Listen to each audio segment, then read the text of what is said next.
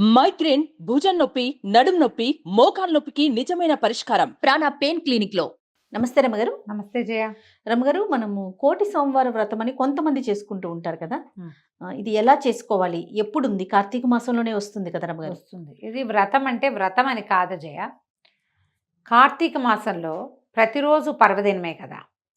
ప్రతిరోజు ఏ ఒక్కరోజు మనం ఉపవాసం ఉన్నా, ఏ ఒక్కరోజు దేవాలయానికి వెళ్ళినా, ఏ ఒక్కరోజు దీపం పెట్టినా, దానం చేసినా, స్నానం చేసినా, పురాణం విన్నా ఆ ఒకరోజు అమృతతుల్యమే.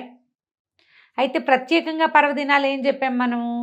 మొదట బలిపాడ్యమి, భగ్నిహస్త భోజనము పర్వదినాలు, నాగుల చవితి పర్వదినము, ఆ తర్వాత 4 సోమవారాలు, 2 ఏకాదశులు, పౌర్ణమి, అమావాస్య తిథులు, ఇవి ప్రత్యేకంగా చెప్పబడ్డాయి.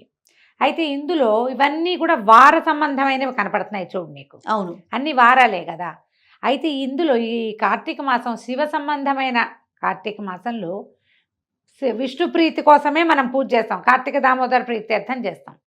దామోదరుడి యొక్క నక్షత్రం శ్రవణ నక్షత్రం, స్వామివారి వెంకటేశ్వర స్వామివారి నక్షత్రంగా చెప్తారు. విష్ణువు యొక్క నక్షత్రము అని అంటారు, కానీ విష్ణువు యొక్క ఏ నక్షత్రంలో ఆయన జన్మించాడో మనకు తెలీదు.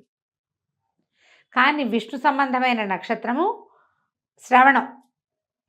చూడు, రాముల వారు పునర్వసు నక్షత్రం, కృష్ణుడు రోహిణి నక్షత్రం, క్లియర్గా తెలుస్తుంది.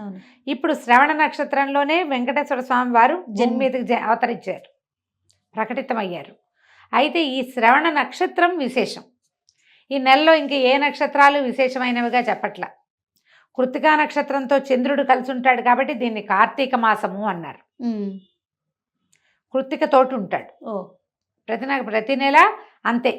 అశ్విని తోటి ఉన్నది ఆశ్వీజ మాసం, కృత్తిక తోటి ఉన్నది ఇది. మృగశిర నక్షత్రంతో కలిసింది మార్గశిర మాసం. అట్లా అన్నమాట లెక్క. ఏ నక్షత్రంతో చంద్రుడు కలిసి ఉంటాడో ఆ నక్షత్ర నామధేయాన్ని అటు ఇటుగా మార్చి మాసానికి ఇచ్చారు. ఇప్పుడు ఈ నెలలో శ్రవణ నక్షత్రం చాలా విశేషమైంది. కార్తీకం అంతా పాటించకపోయినా ఏ రోజున శ్రవణ నక్షత్రం వస్తుందో ఆ రోజున గనక ఏ విధి చేసినా, స్నాన దాన జప తపాలు, అన్నదానాలు, ఏవైనా ఏ దానం చేసినా 1,000,000 సార్లు చేసిన ఫలితం ఇస్తుంది. అది ఏటా ఏదో ఒక రోజు ర్యాండమ్గా వస్తూ ఉంటుంది. ఒకవేళ సోమవారం నాడే కనుక శ్రవణ నక్షత్రం వస్తే అది విశేషమైన ఫలితాన్ని ఇస్తుంది. కానీ ఈసారి అలా రాలేదు. శనివారం వచ్చింది. 9వ తారీఖు, నవంబర్ 9వ తారీఖు శనివారం నాడు గోపాష్టమిగా చెప్తారు. అష్టమి నాడు శ్రవణ నక్షత్రం వచ్చింది కాబట్టి ఆ రోజున మనం కోటి సోమవార వ్రతం చేసుకోవచ్చు. సోమవారం నాడు ఏ ఏ విధులు పాటిస్తామో ఆ విధంగా తెల్లవారుజామున స్నానం, సాయంకాలం నక్షత్ర దర్శనం అయ్యాక భోజనం, ఈ మధ్యలో దేవాలయ దర్శనము, దీపదానము, వస్త్రదానము, అన్నదానము, గోదానము, సువర్ణదానం, భూదానం, మీరు ఏ దానం చేయగలిగితే పుస్తక దానంతో వస్త్రదానంతో సహా ఏది చేసినా 1,000,000 సార్లు గుణితం అవుతుంది. అది ఈ నెలంతా మేము చేయలేం, ఈ శనివారం మేము కుదుర్చుకుని చేసుకుంటాం అంటే నెలంతా చేసిన ఫలితం లభిస్తుంది. మిగిలిన ఏ రోజులకి ఒకసారి చేస్తే ఒకటి చేసినట్టు. ఈ ఒక్క రోజుకి శ్రవణ నక్షత్రం ఉన్న రోజున చేస్తే మనకి 1,000,000 సోమవార వ్రతం ఫలితం లభిస్తుంది. సోమవారం నాడు ఎలా చేస్తాము అంతే. ఆ రోజున రుద్రాభిషేకం చేసుకోవటము, ఏకాదశి రుద్రం అవకాశం ఉంటే అది, ఏకరుద్రమే అవకాశం ఉంటే అది, పార్థివ లింగానికి మట్టితోటి లింగం చేసి దానికి సాంగంగా అభిషేకం చేసుకుంటామంటే అది. లింగాలు చేసుకుని మీ ఇంట్లో పెట్టుకుంటే ఫలితం కాదు, లింగానికి అభిషేకం చేయాలి. ఎందుకంటే అభిషేక ప్రియ శివ, అలంకార ప్రియో విష్ణు, శాస్త్రం ఇది. మొదట చెప్పబడిన వాక్యాలు. నువ్వు లింగం ఇంట్లో ఉంచుకోవటం వల్ల నీకు ప్రయోజనము అన్న మాట సర్వాబద్ధం. అది కాదు. మట్టితో శివలింగం చేయించి ఆ పార్థివలింగానికి, పార్థివలింగం అంటే పృథివీ సంబంధమైనది, అదేదో పెద్ద విశేషమైన సమాసం కాదు, మట్టితో చేయబడింది. మృణ్మయలింగం అంటారు, మృత్తికాలింగం అనొచ్చు, పార్థివలింగం అన్నా కూడా మట్టితో చేయబడింది. ఈ పార్థివలింగానికి అభిషేకం చేసుకోవాలి. అభిషేకం చేయించుకుని చేస్తే విశేషమైన ఫలితం లభిస్తుంది. ఈ రోజున మీరు ఏదైనా నదీ స్నానం చేయదలుచుకుంటే నెలలో ఈ ప్రత్యేకమైన రోజున నదీ స్నానం చేస్తే 1,000,000 నదులలో స్నానం చేసిన ఫలితం. ఈ 1,000,000 జన్మల నుంచి మీరు చేయని కార్తీక స్నానం ఈ ఒక్కదాంతో ఫలిస్తుంది. 1,000 సార్లు మీరు చేయవలసింది మానేసిన దానం ఈ ఒక్కరోజు ఫలిస్తుంది. అందుకని విశేషంగా ఈ 1,000 సోమవార వ్రతం సంగతి చెప్తారు. ఇది శనివారం నాడు వచ్చింది, శనివారం నీకు సోమవారంగా ఎలా లెక్క పెడతాము లాంటి ప్రశ్నలు ఏమీ వేయకు. మనకు నక్షత్రం ప్రధానం. ఇక్కడ నక్షత్ర ప్రధానంగానే ఈ రోజు చెప్పబడింది. ఎవరెవరు ఏమేం చేస్తే అదేమా మేమేమీ చేయలేమండి, కానీ ఈరోజు కార్తీక సోమవారం 1,000 సోమవార వ్రతం అని తెలుసుకున్నాం. దండం పెట్టుకోండి, ఒక్క పంచాక్షరి మంత్రం చెప్పుకోండి, నమశివాయ అంటమే. ఏదైనా దేవాలయానికి వెళ్ళరండి, పురాణం వినండి. మనకి ఎట్లాగా 3 పూట్ల మనకున్న 8-10 ఛానల్స్లోనూ వస్తుంది కార్తీక పురాణం. ఎప్పుడు అవకాశం ఉంటే అప్పుడు కార్తీక పురాణం వినండి.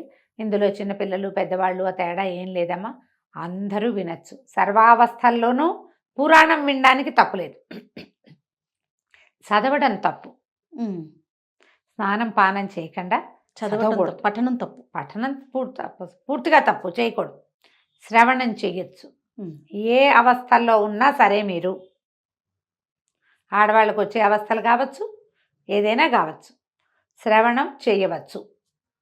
శ్రవణం వల్ల రావాల్సిన ఫలితం తప్పకుండా మీకు లభిస్తుంది. దానికి కారణమైనందుకు సుమన్ టీవీని పరిపరి విధాలుగా ఆశీర్వదించండి. ఎల్లకాలం మీకు ఇలాగే మేము పురాణం చెప్పాలని ఇంత అవకాశం ఇచ్చాం కదా, మరి 4 పూట్ల వినిపిస్తాం కదా. కాబట్టి చక్కగా వినండి. ఈ 1,000 సోమవార వ్రతాన్ని సుసంపన్నం చేసుకోండి. ఏడాదికి ఒక్కసారి, 1 నెల కార్తీకం.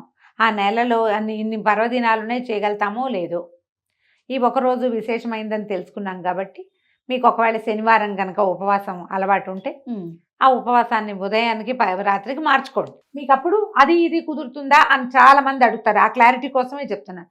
శనివారం ఒక పొద్దు ఉండే అలవాటు ఉన్న వాళ్ళందరూ పగటిని ఒక పొద్దుగా పెట్టుకోండి.